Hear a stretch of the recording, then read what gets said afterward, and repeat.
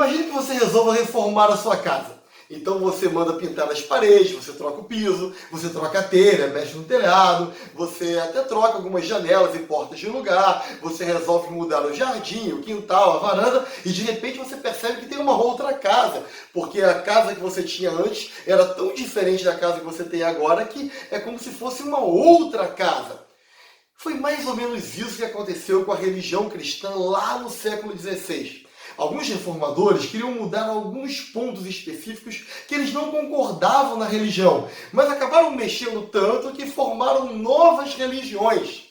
Quer entender mais como essa história aconteceu? Então continua aqui no vídeo, afinal de contas você sabe, né? Você podia estar jogando nas redes sociais, pesquisando outra coisa, mas está assistindo videoaula. Então, se é uma videoaula que você quer, uma videoaula você vai ter. E o tema de hoje é Reforma Protestante.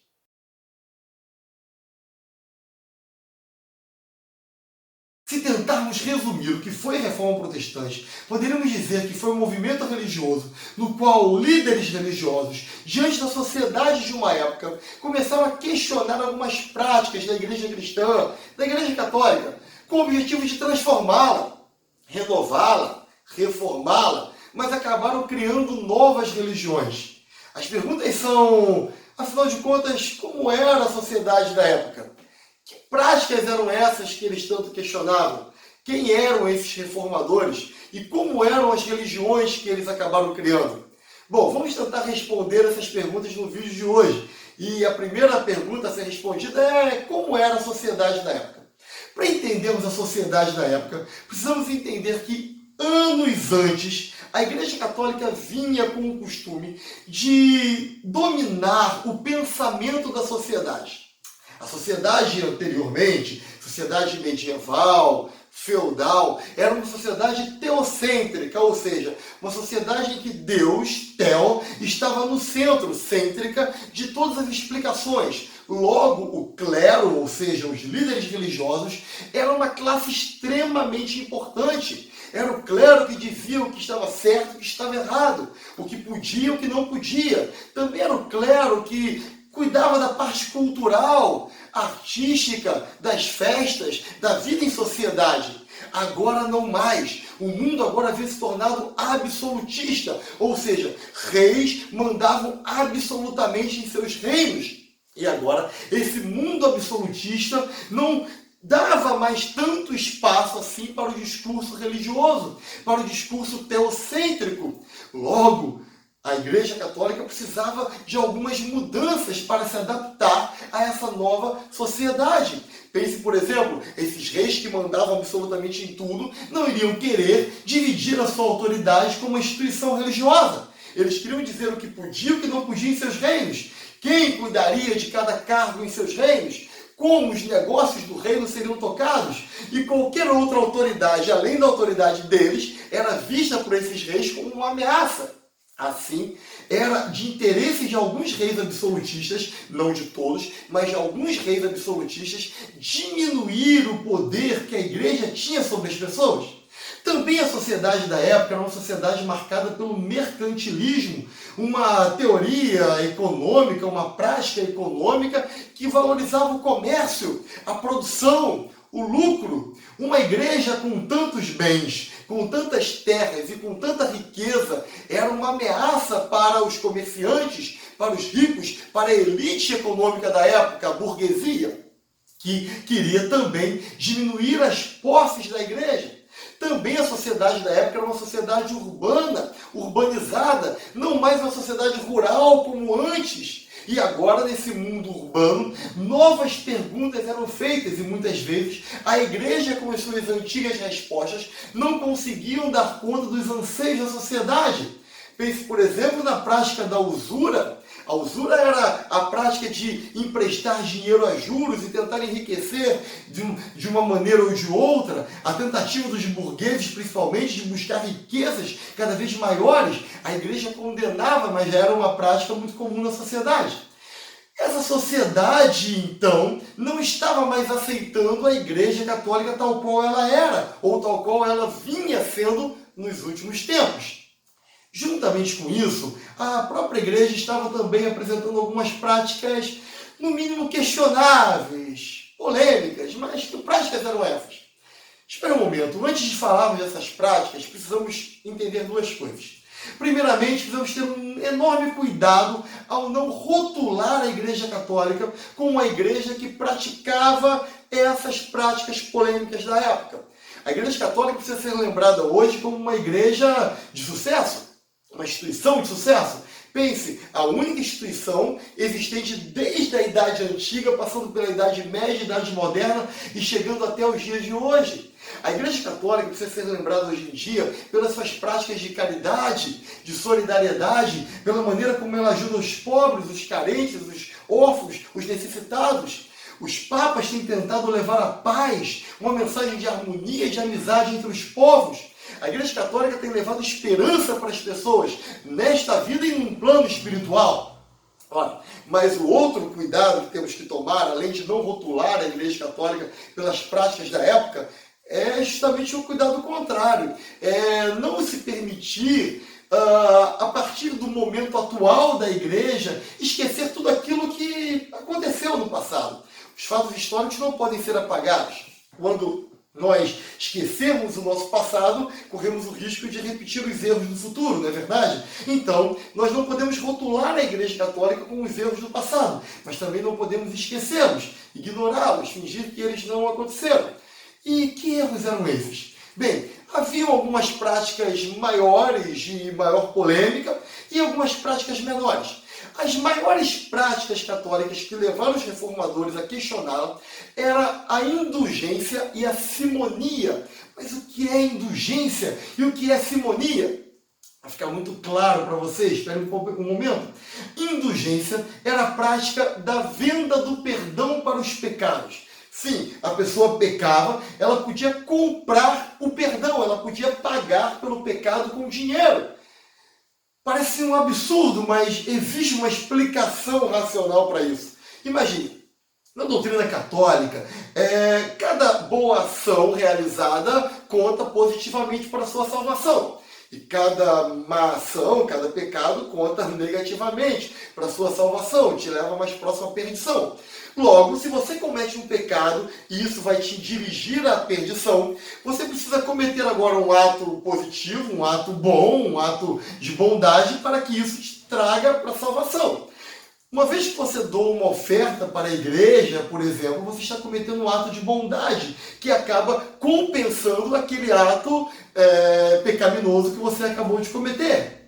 A prática da indulgência chegou a níveis tão extremos que era possível comprar o perdão pré-pago. Você podia comprar primeiro e pecar depois. Mas por quê? Pela mesma lógica.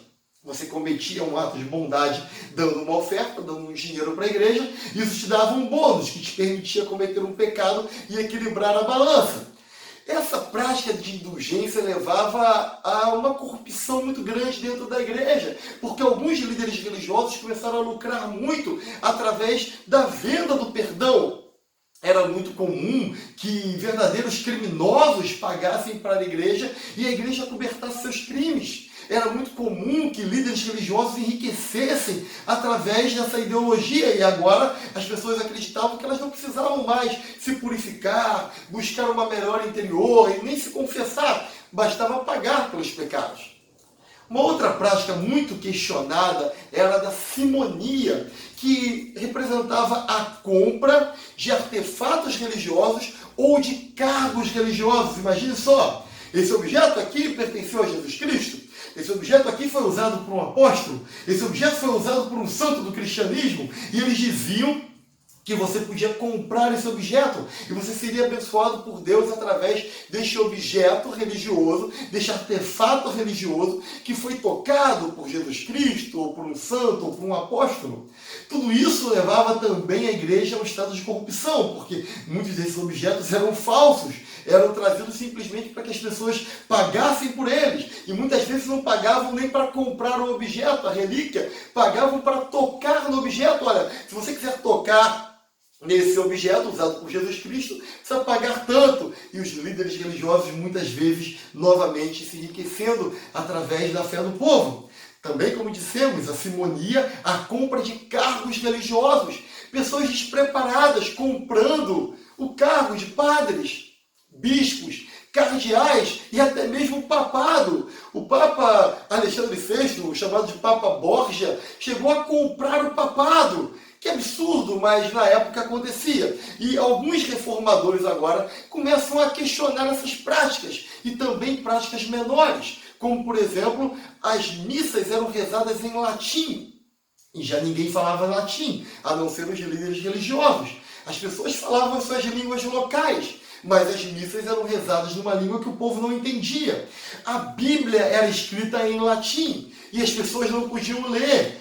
Vamos lembrar que a maioria da população da época era analfabeta, e mesmo aqueles que podiam ler não liam em latim. Ora, esses reformadores queriam mudar isso. A Bíblia sendo traduzida para a linguagem do povo, a missa sendo rezada na linguagem do povo, a permissão para que os líderes religiosos pudessem ter família, ter casamento, ter filhos, o fim do celibato também era algo que os reformadores buscavam. O fim do culto aos santos, o fim da ideia da infalibilidade papal, de que o Papa é infalível, mas a visão de um líder humanizado que está liderando a igreja como um representante religioso, como alguém a ser respeitado, mas que não é necessariamente infalível. Todos esses questionamentos levam agora os reformadores a ficarem tão diferentes da igreja católica que não era mais possível dizer que eles estavam apenas tentando reformar, transformar, modificar a igreja, mas de fato criando novas religiões. E o primeiro dos grandes reformadores foi Martinho Lutero. Lutero defendia prioritariamente que a salvação não vinha pelas ações, não vinha pelas obras, não vinha por aquilo que você faz, mas por aquilo que você acredita, por aquilo que você crê. Martinho Lutero defendia a salvação pela fé. Inclusive, Martinho Lutero colocou na porta de um castelo, de uma igreja, suas 95 teses, ou seja, 95 argumentos com os quais ele argumentava a favor da sua visão religiosa, de que a salvação não vem pelas ações, mas pela fé. Martinho Lutero se baseava em versos como, por exemplo, quem crê será salvo, porque Deus amou o mundo que deu seu Filho para que aquele que nele crê não pereça, mas tenha vida eterna. O salário do pecado é a morte, mas o dom gratuito de Deus é a vida eterna. Para Lutero não precisava se pagar pela salvação, nem com dinheiro e nem com boas ações. Perceba, quando Lutero diz que a salvação vem pela fé, o que ele está atacando é o sistema de indulgência, que dizia que você podia pagar com boas ações para equivaler aos pecados, que seriam as suas más ações. Para Lutero, a salvação ou a perdição dependia de uma questão ideológica, de uma questão de fé, de uma questão de crença, mas com isso, Lutero questionava toda a autoridade da igreja, a maneira de pensar da igreja, a maneira de pensar dos papas. Pense você, era para ser apenas uma discussão religiosa, era para ser um debate intelectual, ideológico, mas logo se transformou num embate político. Por quê? Voltamos à questão da sociedade na época. Lembrem, alguns líderes eram absolutistas. E esses líderes absolutistas, que se sentiam ameaçados pelo poder da igreja, agora abraçam a causa de Lutero e estão dizendo, está vendo, a igreja não é tão infalível assim. Porém, outros líderes absolutistas haviam sido coroados pela igreja. Eram líderes absolutistas eclesiásticos, ou seja, líderes absolutistas que foram coroados reis em nome de Deus pela igreja. E agora esses líderes precisam manter a autoridade da igreja, porque através da autoridade da igreja eles também mantêm a sua própria autoridade. Agora você tem um embate entre os líderes políticos, não mais religiosos, que defendem a igreja, e os líderes políticos religiosos que defendem Lutero. E isso gera toda uma discussão no âmbito ideológico, político e também econômico em toda a Europa. Um outro grande reformador foi João Calvino, ou Johann Calvino. Calvino defendia que a salvação não vinha pelas ações e nem pela fé, mas por predestinação. Como assim? Para Calvino, o ser humano já nasce predestinado. Antes, destinado, com um destino. Anteriormente ao seu nascimento, já existe um destino traçado, no qual você está perdido ou você está salvo. Calvino se baseava na ideia dos escolhidos de Deus, dos eleitos de Deus. Para ele, a sua vida é apenas uma revelação se você está salvo ou perdido, se você será salvo ou perdido, se você é um queridinho de Deus ou não. Para Calvino, você não pode mudar o seu destino. Não cabe a você tentar se salvar ou buscar a perdição. Basicamente, você vai cumprir na sua vida aquilo que já foi predestinado para você. Acontece que Calvino dizia assim também, olha, não podemos mudar nada, mas podemos descobrir se somos predestinados à salvação ou à perdição. Existem alguns sinais que indicam se estamos salvos ou perdidos. Perceba, não confunda, há um ponto aqui que muita gente confunde. Calvino não está dizendo que esses sinais deveriam ser buscados para a salvação. Não, são sinais que indicam que você já está salvo, já é predestinado para a salvação. E que sinais eram esses? Dentre tantos sinais, destaca-se a riqueza. Sim, a riqueza, a prosperidade material financeira, porque aquele que for salvo receberá muito mais aqui e no mundo de além, dizia Calvino. Ora, se assim é, aqueles que forem predestinados à salvação futura também serão agraciados nessa vida, serão abençoados nessa vida. E toda essa ideologia da prosperidade, de que se você for próspero aqui é porque Deus está te abençoando, levava não só Calvino a divulgar a sua visão de religião, mas também uma classe a se valer dela para dizer, estamos certos. Qual a classe? A burguesia. A burguesia que buscava enriquecimento, que buscava riqueza, que buscava o lucro, que buscava, por qualquer fator, acumular cada vez mais riquezas. Com a ideia do Calvino, a burguesia agora se enche de orgulho de sua própria prática, porque lembrem, a Igreja Católica criticava a usura, a Igreja Católica criticava o acúmulo de dinheiro, de riqueza, a Igreja Católica pregava a simplicidade, a humildade, a modéstia, mas Calvino dizia não, a riqueza não é um pecado, a usura não é um pecado, pelo contrário, é um sinal de que Deus te abençoou e de que você será salvo por Deus.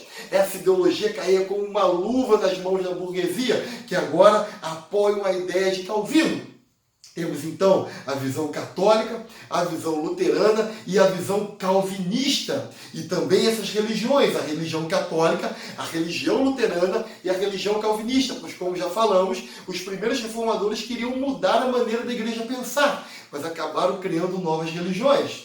Bom, o terceiro reformador já queria criar, de fato, uma nova religião. Trata-se do anglicanismo, ou da religião anglicana, da igreja anglicana. O rei inglês, Henrique, ele tinha um problema. O problema do rei é que ele tinha uma esposa que, segundo ele, não deveria continuar sendo sua esposa. Mas por que não? Porque ela não dava um filho homem para ele. Pois é, era a visão machista do rei da época, é que a esposa não dava um filho homem. Por ela não dar um filho homem, ele não deveria continuar casado com ela. Isso não era apenas uma questão de preferência de gênero do filho, mas acreditava-se que apenas um filho homem poderia ser sucessor do trono. E com medo de perder a dinastia, com medo de perder o trono da sua linhagem, ele então propõe uma segunda esposa. E ele vai buscar essa segunda esposa na Ana Bolena. E agora ele tem uma relação com a Ana Bolena.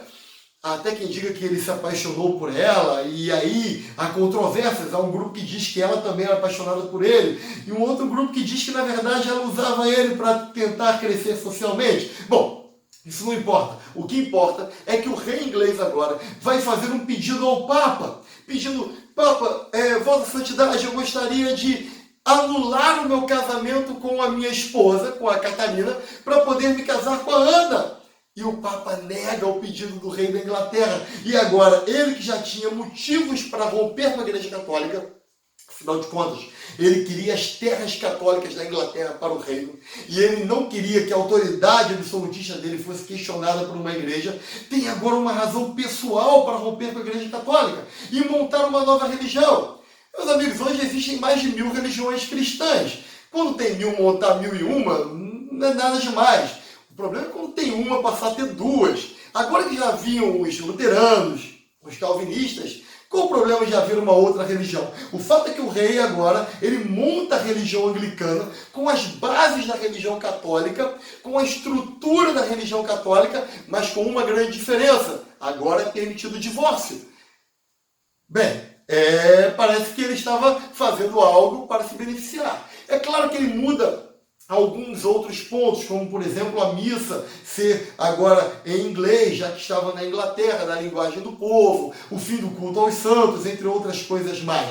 Mas, a princípio, a grande questão era se permitir o próprio casamento, e o próprio novo casamento, o fim do casamento anterior e o novo casamento. O fato é que ele se torna o líder da igreja anglicana e começa uma tradição em que os reis da Inglaterra serão também os líderes da igreja anglicana. E assim é com ele, o rei, e com o seu filho, depois de sua morte. Acontece que depois da morte do filho do rei Henrique, a rainha da Inglaterra é agora a filha da Catarina, da primeira esposa dele. E como o seu pai abandonou a sua mãe para formar a nova religião, a nova rainha da Inglaterra agora abandona o anglicanismo e volta ao catolicismo.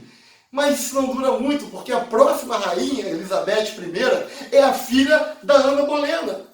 Pois é, da segunda esposa do Henrique, do qual ele largou a primeira para se casar com ela. E agora a Elizabeth I, filha da Ana Bolena, vai voltar ao anglicanismo e vai se tornar de novo a líder da igreja anglicana. E assim até hoje, a família real inglesa controla, pelo menos do ponto de vista do título do cargo, a igreja anglicana, a igreja da Inglaterra, a igreja formada por esta família real inglesa. Além desses três grandes reformadores, podemos também citar os anabatistas como um movimento de reforma. Só que os anabatistas não são um grupo, são vários grupos diferentes entre si, alguns mais radicais, outros menos radicais, que tinham um ponto em comum. Eles defendiam o batismo de consciência, ou seja, o batismo apenas em uma idade em que o batizando, aquele que fosse se batizar, tivesse consciência do que ele estava fazendo. Portanto, eles não aceitavam o batismo de recém-nascidos, apenas daqueles que podiam professar a sua fé. É lógico que a Igreja Católica iria reagir a tudo isso. E a contra-reforma existe, ou seja, a reforma católica, a contra-reforma, a reação da Igreja Católica contra a reforma protestante. Algumas atitudes são tomadas pela Igreja Católica, entre elas, apoiar a Companhia de Jesus, ou jesuítas, que era um grupo formado para a Igreja Católica com o objetivo de converter novos membros, novos fiéis. Também, na Contra-Reforma, a Igreja Católica aprova uma lista de livros proibidos para todos os cristãos. Também, na Contra-Reforma, a Igreja Católica mantém o celibato, a ideia de que os padres e os líderes religiosos não devem ter relações sexuais. Também, na Contra-Reforma, a Igreja Católica mantém a ideia de infalibilidade papal, de que o Papa não vai falhar nunca, de que a Igreja é uma Igreja infalível. No entanto, uma mudança importante da Contra-Reforma foi acabar com sistemas de indulgências. E assim, a Igreja Católica reagiria contra a Reforma Protestante no sentido de dar uma resposta para a Reforma Protestante. Fica a pergunta, afinal de contas, quem dava certo nessa história? Lutero? Calvino? Os anglicanos? Os anabatistas? Ou os católicos? Você quer comentar aqui embaixo quem dava certo? Pode comentar, mas eu quero dizer a você a minha opinião também. Quem dava certo? O que eu penso sobre isso? Bom, todos os cristãos são cristãos porque seguem Cristo, Jesus Cristo. E o que Jesus Cristo fala sobre tudo isso? Bom, Jesus Cristo diz assim: nisso conhecereis quem são meus discípulos. Opa, quem? Católicos? Luteranos? Anabatistas? E ele termina dizendo: nisso conhecereis quem são meus discípulos, que amarem uns aos outros. Não é uma questão de ideologia, não é uma questão de doutrina, não é uma questão de qual religião você faz parte, não é uma questão de denominação religiosa. Sou luterano, sou católico, sou calvinista. É uma questão de amar uns aos outros. É uma questão de aceitar o próximo como ele é. É uma questão de entender que se o outro pensa diferente de você, nem por isso ele é seu inimigo. É uma questão de entender que o outro pode ter o amor de Deus como você também tem. É uma questão de entender que se alguém precisa de você, estenda-lhe a mão. É uma questão de solidariedade, de bondade, de caridade, de amor ao semelhante. Esses são os verdadeiros cristãos. Esses estão na Igreja Católica, Luterana, Calvinista, Anglicana, em todas as religiões. Também existem ateus assim. Também existem judeus assim. Também existem muçulmanos assim. Também existem budistas, hinduístas, tantos outros que simplesmente amam uns aos outros. Essa é a religião. Essa é a verdadeira religião. Amar uns aos outros. Bem, eu espero que você tenha gostado da aula de hoje. Eu espero que você tenha aproveitado a aula de hoje. Deixe aqui seu comentário. Deixe o like para ajudar. Se gostou, deixa o like. Se não gostou, deixe para ajudar a gente também, vai. Se inscreve no canal se ainda não é inscrito. Ativa o sininho e até o próximo vídeo. Um grande beijo. Tchau.